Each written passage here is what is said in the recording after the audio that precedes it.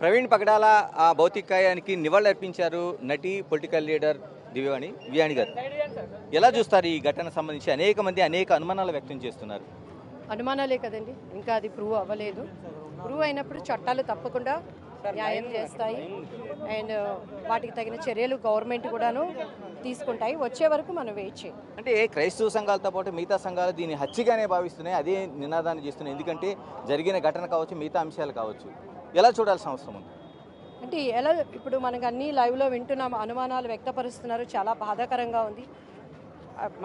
కానీ అది ఏంటి అనేది మనకి ఆధారాలతో వచ్చినప్పుడు కోర్టులు తప్పకుండా దానికి చర్యలు చేస్తాయి కదండి. We have to wait.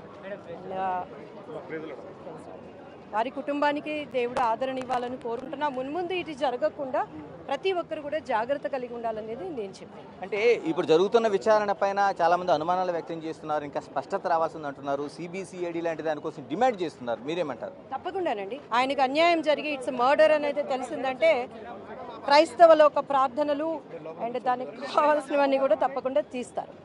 అంటే ఇప్పుడు నిజంగానే క్రైస్తవ సమాజం అంత అభద్రతలో ఉందని అనుకుంటున్నారు? అది వాస్తవం అండి. ఈరోజు ఏ కులమైనా ఏ మతమైనా మనకి ఒక స్వతంత్రత ఉంది భారతదేశంలో. సర్టన్ క్రైస్తవులు అంటే తక్కువ చూపు, క్రైస్తవులు అంటే ఇలా అనేది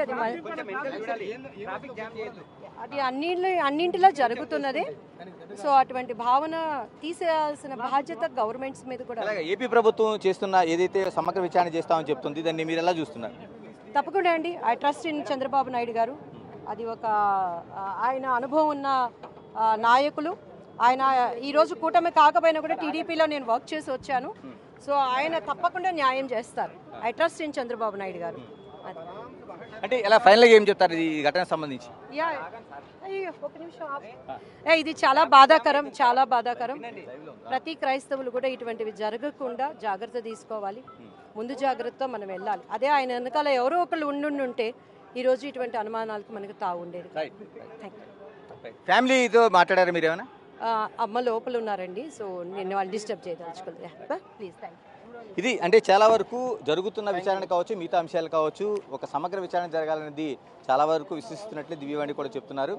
ఏదేమైనా దీనికి సంబంధించింది ఒక సమగ్ర విచారణ జరగాలి. వాస్తవాలు తెలిసే వరకు కూడా దీనిపైన ఎవరు కూడా ఎలాంటి కామెంట్ చేయాల్సిన అవసరం లేదు. ఇప్పటికే పోలీసులు దీనిపైన అందరూ కూడా సంయమనం పాటించాలని చెప్పారు. మరోవైపు ఆంధ్రప్రదేశ్ ప్రభుత్వం కూడా దీనిపైన విచారణ చేస్తామంటుంది. కాబట్టి దానికి కట్టుబడినట్లుగా ఈ ప్రకటనలు మనకు కనిపిస్తున్నాయి.